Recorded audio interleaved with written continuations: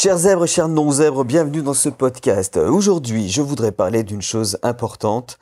Est-ce que tu es un zèbre? Est-ce que tu es un haut potentiel? Ou est-ce que tu es né rien de tout ça?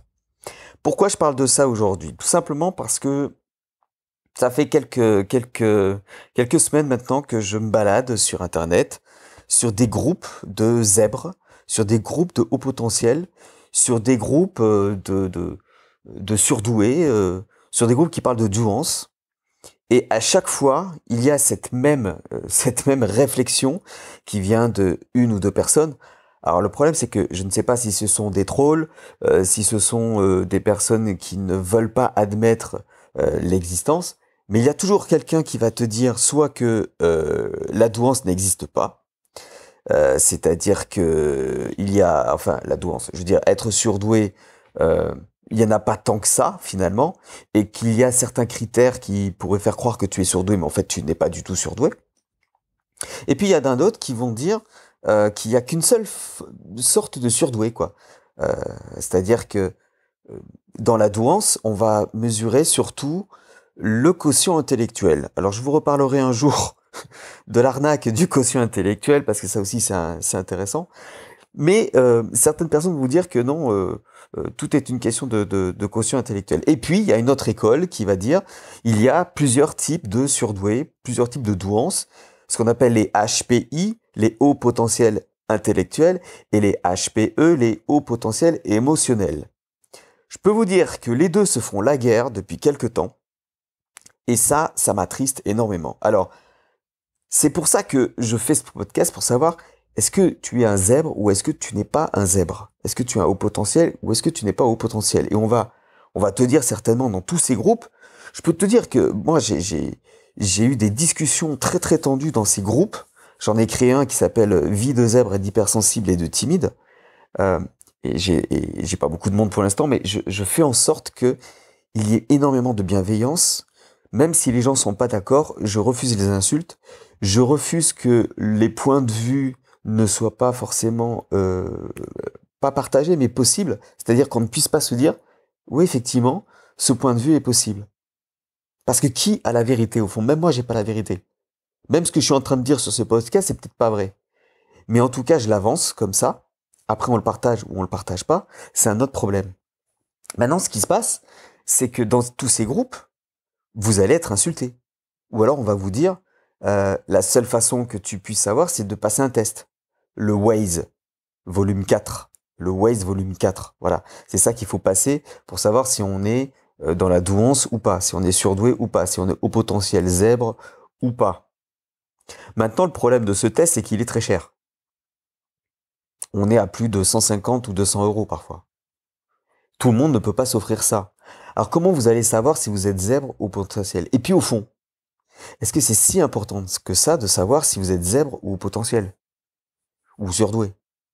C'est quoi le problème de tout ça? Le vrai problème, en fait, c'est qu'à un moment donné, vous vous êtes aperçu que vous n'étiez pas pareil que les autres, que vous n'aviez pas la même façon de penser que les autres, que vous n'étiez pas du tout câblé de la même façon que les autres. Et c'est bien ça le problème. C'est que si vous n'êtes pas câblé de la même façon que les autres, ça veut dire qu'il y a plusieurs câblages différents. Mais quel est votre câblage? C'est ça, au fond, que vous cherchez à savoir. En tant que haut potentiel, en tant que zèbre, ou en tant que futur haut potentiel ou zèbre. Le fait de le savoir ou de pas le savoir. C'est déprimant, c'est fatigant de se dire mais je suis quoi au fond? Et c'est encore plus fatigant lorsque vous arrivez dans un groupe où vous dites j'ai l'impression que je suis peut-être haut potentiel, ma psy, ma psychologue, ma psychothérapeute, mon coach m'a dit que j'étais peut-être haut potentiel, peut-être zèbre, des personnes m'ont dit que j'étais haut potentiel ou zèbre, et vous arrivez dans un groupe où on vous dit mais non mais toi tu l'es pas. C'est comme si le fait d'être haut potentiel, zèbre, surdoué, c'était un groupe où on ne devait pas partager. Comme si vous deviez mériter de rentrer dans ce groupe. Mais attendez, mais c'est quoi ce délire? C'est une secte ou quoi? Ça veut dire que parce que vous n'avez pas tout à fait les mêmes critères, vous ne pouvez pas rentrer dedans? C'est très sectaire comme façon de faire. Et puis, je vous rappelle, hein, le fait d'être surdoué, ça n'a rien à voir avec le fait d'être super intelligent. Hein. Mais alors, rien à voir. Hein. C'est pas une super intelligence parce que la super intelligence, Ça n'existe pas. C'est une façon de penser différente qui existe, globale ou séquentielle, en faisant des liens via l'arborescence ou alors en étant linéaire. Alors il y en a qui vont me dire, oui, mais moi aussi je fais des liens comme ça, je pars d'une idée, je vais à une autre, etc. Pourtant, voilà, moi je suis pas du tout au potentiel lien. Alors premièrement, si ça se trouve, cette personne est dans le déni. Deuxièmement, ne confondez pas l'arborescence linéaire avec l'arborescence des zèbres et des hauts potentiels. C'est pas pareil. L'arborescence linéaire, ça veut dire que vous allez passer d'une idée à une autre. C'est-à-dire, vous allez partir, je sais pas moi, d'un chêne, et vous allez arriver, à force de faire des liens, à, je sais pas moi, peut-être la politique internationale de la Chine. Voilà, j'en sais rien, je dis n'importe quoi. Ça, c'est linéaire. Mais là où le haut potentiel et le zèbre est différent, c'est que sa pensée en arborescence, non seulement va être linéaire, mais en plus va faire des retours en arrière, mais en plus va revenir sur ce qu'il disait, etc., etc. C'est une pensée un petit peu en boucle, un petit peu comme quand vous êtes sur Google, quoi. Vous cliquez sur un lien, vous cliquez sur un autre lien, qui vous amène à un autre lien, etc., etc. Vous arrivez à quelque chose que vous ne cherchiez absolument pas, et puis d'un seul coup, vous vous rappelez que la première recherche que c'était complètement autre chose. Donc vous revenez en arrière. C'est ça la vraie pensée en arborescence. C'est pour ça que c'est fatigant. Et c'est pour ça que tout le monde n'a pas cette pensée en arborescence. Donc à ce moment-là, vous dites côté, ok, je peux l'être. Après, vous avez un autre critère, c'est l'hypersensibilité ou l'hyperesthésie. Le fait de pas pouvoir supporter le bruit, le fait de pas pouvoir supporter les lumières fortes, le fait de pas pouvoir supporter qu'on touche quelque chose, comme du beurre par exemple ou de l'huile. Il y a des gens qui supportent pas ça. Ça, c'est de l'hyperesthésie. Alors, il y a des gens qui vont être hyperesthésiques qui seront pas zèbres. Mais alors, dans ce cas, mais comment est-ce que vous allez savoir si vous êtes zèbre ou pas? En fait, ce qui se passe, c'est que il y a pas mal de critères et on vous demande pas d'avoir tous les critères. C'est sûr. Mais dès l'instant où vous n'avez pas, je sais pas moi, la moitié de ces critères, c'est-à-dire que c'est autre chose. Parce que ce dont j'entends parler aussi dans ces groupes, c'est oui, c'est l'effet Barnum. Vous savez, l'effet Barnum, c'est l'effet des horoscopes, c'est-à-dire d'être tellement vague que tout le monde se retrouve là-dedans, quoi. Bah oui, forcément, tout le monde va se retrouver là-dedans à un moment donné. Parce que les critères, ils sont pas exclusifs, ils sont partagés. Mais c'est la somme des critères qui fait que vous allez peut-être pouvoir penser que vous êtes zèbre. Alors, forcément, la meilleure méthode, c'est, j'imagine, de passer le test. Moi, ce que je vous conseille déjà dans un premier temps. Alors, moi, je vous le dis, hein, et pourtant, je doute moi aussi d'être un zèbre. Hein. Je doute parfois d'être au potentiel. Hein. Parce que je me dis, oui, après tout, ça se trouve, c'est pas vrai, je suis pas du tout ça, je suis complètement autre chose, je suis complètement normal, entre guillemets, et c'est de la foutaise tout ça. Le mot foutaise, hein, j'ai déjà entendu ça, hein, le mot foutaise. Pourquoi pas? Peut-être que c'est la foutaise. Mais ce que je peux vous dire, c'est que lorsqu'on m'a dit que j'étais peut-être surdoué, et peut-être zèbre au potentiel, bah, j'ai commencé à faire des recherches en fait. Je me suis dit, tiens, je vais peut-être faire des recherches. Alors c'est tout bête, hein, mais je suis parti chez un libraire, et puis instinctivement, je suis tombé, pas sur un rayon, hein, sur un étalage, et je suis tombé sur un titre qui m'a vraiment parlé. C'est un livre de Hervé Magnin qui s'appelle Moi surdoué. Alors moi surdoué, alors forcément avec surdoué et ou et hein, et puis avec un point d'interrogation et un point d'exclamation. Et c'est marqué de l'enfant précoce à l'adulte épanoui. Bah, ce titre m'a quand même interloqué parce que je me suis dit, bah, c'est exactement la question que je me pose. Moi, surdoué, ça va pas ou quoi? Pourquoi je serais surdoué? Avec tous les échecs que j'ai eus, tous les échecs sentimentaux, tous les échecs professionnels. Mais c'est normal. C'est normal parce qu'on a une exigence telle qu'on a l'impression de jamais être comme il faut. Et puis on nous explique bien qu'on n'est pas comme il faut. Hein. On n'est pas dans le rang. Donc ce livre que j'ai commencé à parcourir, ben, je me suis dit, tiens, c'est marrant, mais ça me ressemble un peu quand même. Ça me ressemble pas mal. Et alors, comme ça me ressemblait pas mal, bah, j'ai dévoré le bouquin. J'en ai acheté un autre. Et j'en avais acheté un avant qui s'appelait Petit guide à l'usage des gens intelligents qui ne se croient pas très doués, de Béatrice Millettre. Et c'est elle qui a mis en exergue, enfin qui a mis en lumière le fait d'être soit séquentiel, soit dans un cerveau global. Après, il y a eu Trop intelligent pour être heureux. Après, il y a eu Je pense trop, Je pense mieux, etc.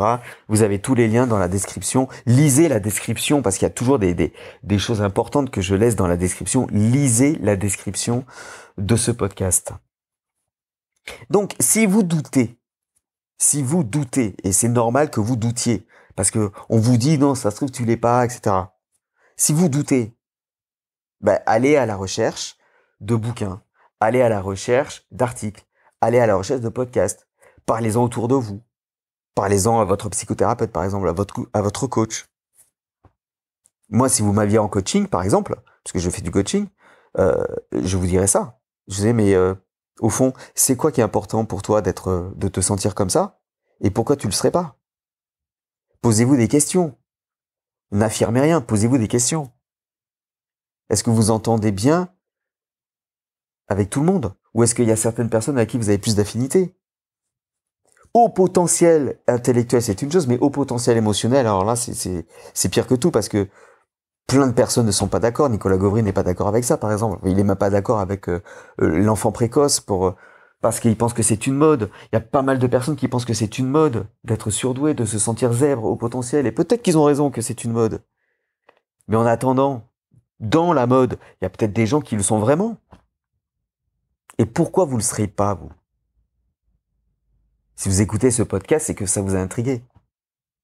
Est-ce que quelqu'un qui ne se pose pas la question va être intrigué par ce podcast? Est-ce qu'il va cliquer dessus? Est-ce qu'il va venir me rejoindre? Est-ce qu'il va venir m'écouter? M'écouter pendant 12 minutes, peut-être plus. C'est pas sûr, hein. Donc, moi je vous conseille de commencer par ce livre qui s'appelle Moi surdoué, je le mettrai en description. Moi surdoué. C'est pas compliqué, moi surdoué. Voilà. Vous aurez pas mal de réponses là-dedans. Et ça vous permettra peut-être d'y voir un peu plus clair. Mais, quand vous choisissez un groupe, fuyez dès l'instant où on remet en cause.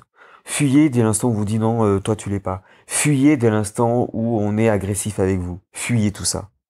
Vous n'avez pas besoin de ça. Surtout si vous êtes au potentiel émotionnel, vous allez prendre ça en pleine face et vous allez déprimer. Choisissez bien votre groupe. Moi aussi, hein, je me dis, ça se trouve, je le suis pas. Et parfois, je me dis, bah si, parce que j'ai quand même pas mal de critères. Alors, ça veut dire quoi? Que vous l'êtes pas? Que vous l'êtes surdoué ou pas? Zèbre ou pas? Ce qui est important, c'est pas d'être zèbre, surdoué ou quoi que ce soit. Ce qui est important, c'est que vous vous connaissiez un maximum. C'est que vous sachiez un maximum comment vous fonctionnez. Parce que si vous savez que vous apprenez globalement, vous n'allez pas apprendre séquence par séquence. Vous allez apprendre globalement. Dans une formation, vous allez par exemple faire tous les modules d'un seul coup, ou aller au dernier module, pour avoir la finalité, et vous dire, ok, maintenant je peux revenir sur chaque module. C'est ce qui s'est passé pour moi. Ça ne marche pas le séquentiel avec moi. Je peux pas faire module 1, module 2, module 3. Et pourtant, moi, quand je fais des formations, enfin, quand je crée des formations, je fais module 1, module 2, module 3. Mais dans le premier module, j'explique déjà comment tout va se passer. Pourquoi le module 4 est important? Pourquoi le module 3 est important? Pourquoi le module 2 est important? Et comment ils vont s'imbriquer les uns avec les autres? C'est ça le plus important, c'est pas d'être zèbre ou quoi, c'est simplement de savoir comment vous fonctionnez, de savoir que vous avez 3 pensées d'avance sur les autres personnes, qui eux ne savent même pas qu'ils vont se mettre en colère. Donc si vous savez ça, vous pouvez vous faire confiance, vous dire attention, il va se mettre en colère. Donc vous pouvez calmer le jeu. Vous pouvez calmer le jeu. Si vous savez que vous ne pouvez pas travailler dans un endroit bruyant parce que vous êtes hyper esthésique, ça veut dire que vous allez devoir soit mettre des boules caisses, soit un casque, soit vous mettre à l'abri. Vous n'avez pas à supporter le bruit. Qui a dit qu'il fallait supporter le bruit? Oui, les gens qui vont vous dire que vous êtes des mauvais coucheurs, des emmerdeurs, des emmerdeuses. Mais c'est pas ça le problème. C'est qu'ils ne sont pas câblés de la même façon que vous. C'est en ce sens que c'est important de savoir si vous êtes sur deux ou pas. Juste pour savoir comment vous fonctionnez et comment vous devez fonctionner avec les autres et comment vous devez fonctionner avec vous-même et comment vous devez fonctionner avec la vie et comment vous devez fonctionner dans tout ce qui vous entoure. C'est juste ça le problème. Alors, surdoué ou pas, c'est à vous à répondre à la question en lisant des livres, en faisant du coaching, en allant voir des conférences et en restant bien abonné à ZebraNet, bien sûr. Et à me poser les questions, si vous voulez. Posez-moi les questions. Posez-moi les questions sur lionel@zebranet.fr et j'y répondrai dans un podcast ou alors directement. Voilà. J'espère que ce podcast vous a expliqué pourquoi vous devez comprendre que c'est pas si important et pourquoi en même temps le fait de le savoir, ça va vous permettre de vous aider dans la vie. Moi, je vous invite à partager ce podcast, à regarder en description les liens. Si vous n'êtes pas abonné à ce podcast, abonnez-vous. Et puis, moi, je vous retrouve très prochainement sur un prochain podcast. Je vous dis à bientôt. N'oubliez pas que vous êtes des indomptables. Alors, prenez soin de vous. Salut.